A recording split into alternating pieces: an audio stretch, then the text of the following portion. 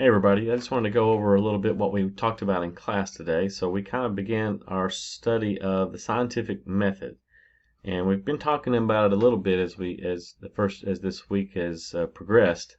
But today we really got into it in more detail. So real quickly, I want to run through the steps that we have talked about so far, and then we'll go into each one in more detail.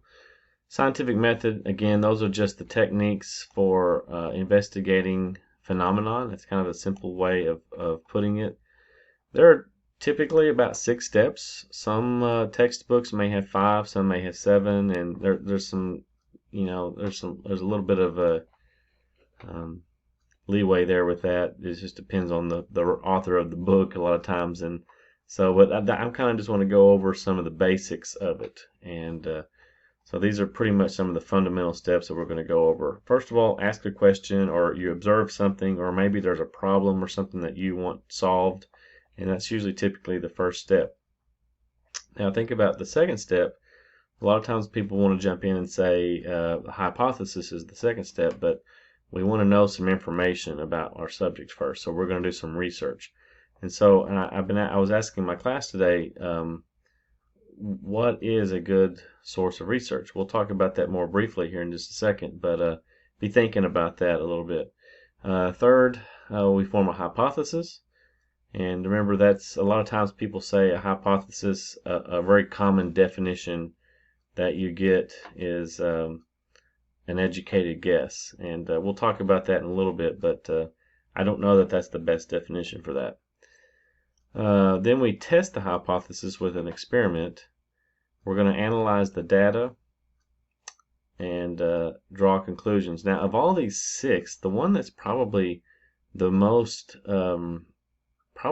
valuable for you as students that you will have to deal with and do the most, and that would be most beneficial if you were really good at it, is step number 5, the analyzing the data.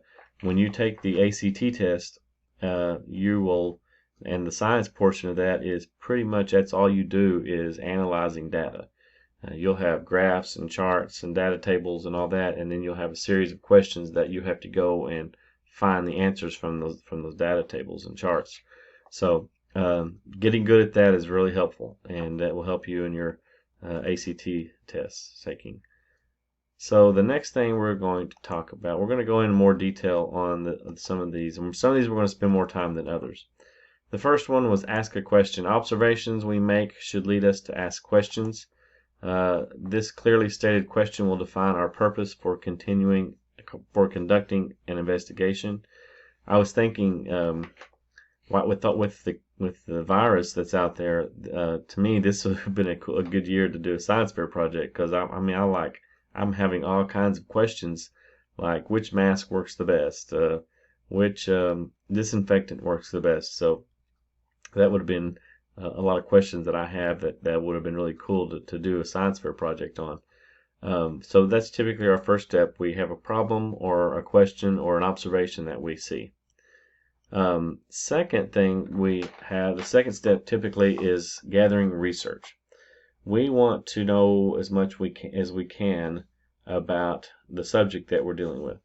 So typically, what type of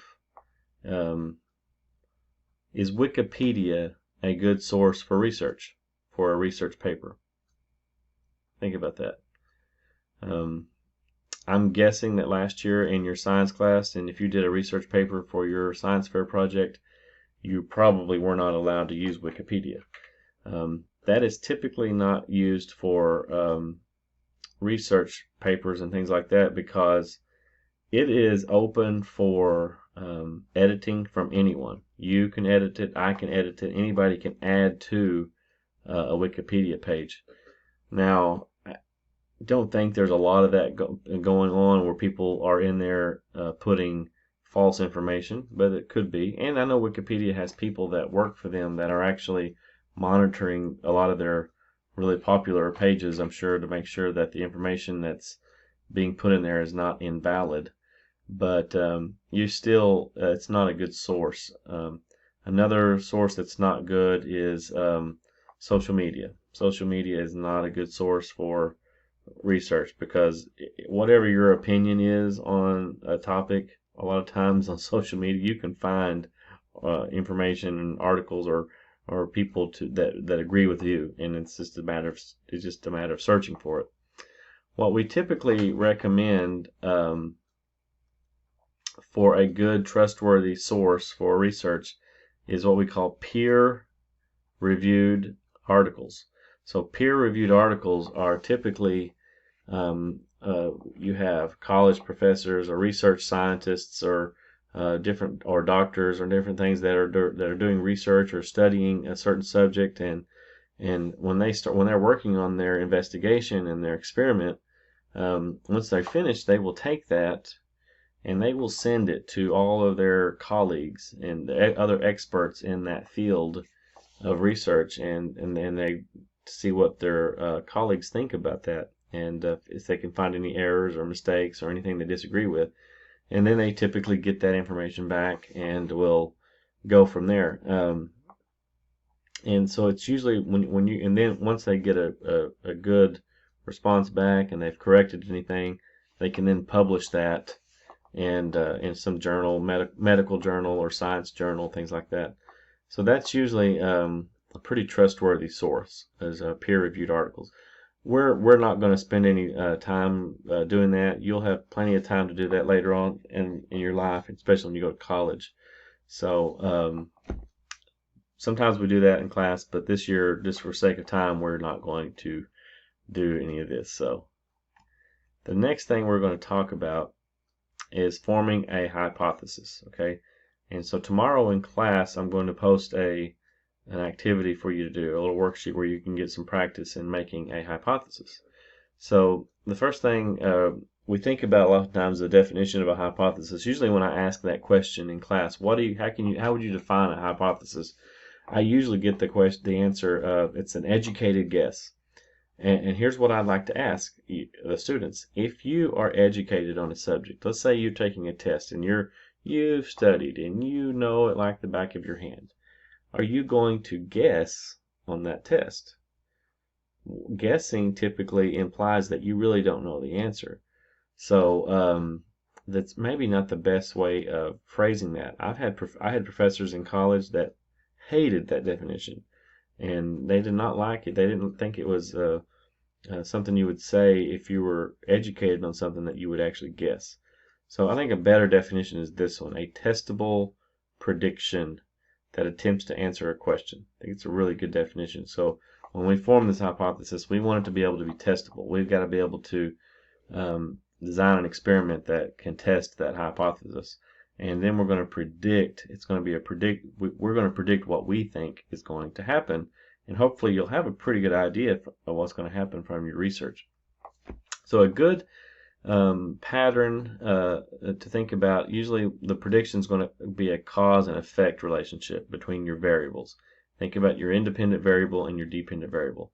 The format that I recommend to make writing a hypothesis is easy is an if, then, because statement. Okay, so the if part of that statement is going to be your independent variable, and that is also going to be the cause. So if you think about what the independent variable is in an experiment, your independent variable is is whatever it is you're testing. It's really what you're experimenting on. Okay. One of the students today in class, her science fair project from last year was to determine if apple cider vinegar, if that was given to chickens, if that would help them to lay more eggs. So, we could think about that experiment and come up with a really good hypothesis really pretty simply with that. So really think about what it was she was testing. She was testing the apple cider vinegar. So you could say, if I feed apple cider vinegar to my chickens, then the next step is going to be your dependent variable. The dependent variable is going to be the data that you collect, or the effect in this relationship. So I always think of data dependent. That helps me remember that all the data that I'm going to gather after my experiment is going to be the dependent variable. So there's that effect. So think about that experiment that we just talked about. If I feed apple cider vinegar to my chickens, then they will lay more eggs, or they will be more productive in laying eggs. And so that's an easy way of taking that if, whatever it is you're experimenting on, and the then is the your results or your data that you're going to collect.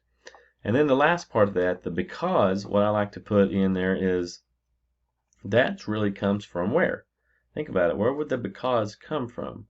You should know that because you should have a pretty good idea of the because from the research that you did. So when you research that topic, you hopefully will get a background on it and get a good idea of what's going to happen. Maybe to finish that hypothesis, if I feed apple cider vinegar to chickens, then they will be more productive in laying eggs because I don't know, I haven't researched it. Maybe because it boosts their metabolism. I don't know, or helps them digest their food better and therefore may have more energy to produce more eggs. So you could think something like that, maybe what I would think of. But do you see how that if and is the independent variable, the then is the dependent variable, and then the because is whatever it is that you've researched and why you think the answer is what it is. The last thing I wanted to go over here, a little bit more about that. The independent variable, what is being purposely changed, what is being tested, the cause. That's a good way of looking at that independent variable.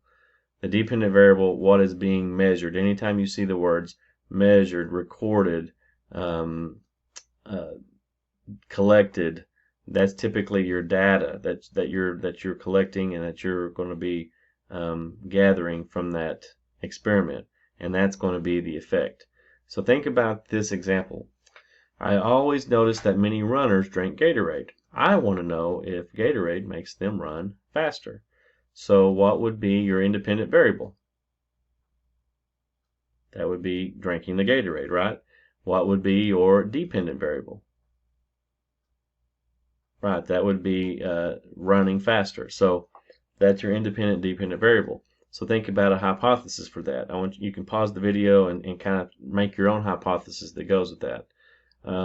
What I would say in that would be if runners drink Gatorade, then they will run faster because for whatever, you could think the sugar in the Gatorade gives them more energy, or somebody in class today I think said electrolytes make them run faster. So I don't know if they do, but that might be something you think. So tomorrow on your activity, on your worksheet that you're going to be doing, you're going to be practicing doing a lot of making hypothesis. You'll be given an experimental design and you have to make a hypothesis with that. So remember, your independent variable is the if, the dependent variable is the then, and then on the because, I don't really want you going in and researching all these scenarios. Just give a reasonable answer that maybe that from your own experience why you think that would be the because. Okay, that's not going to be that big a deal. You don't have to spend hours on this researching it. So anyway, look for that tomorrow on Google Classroom, and that'll give you and I probably won't be on here again till next week. So you guys have a good weekend. See you later.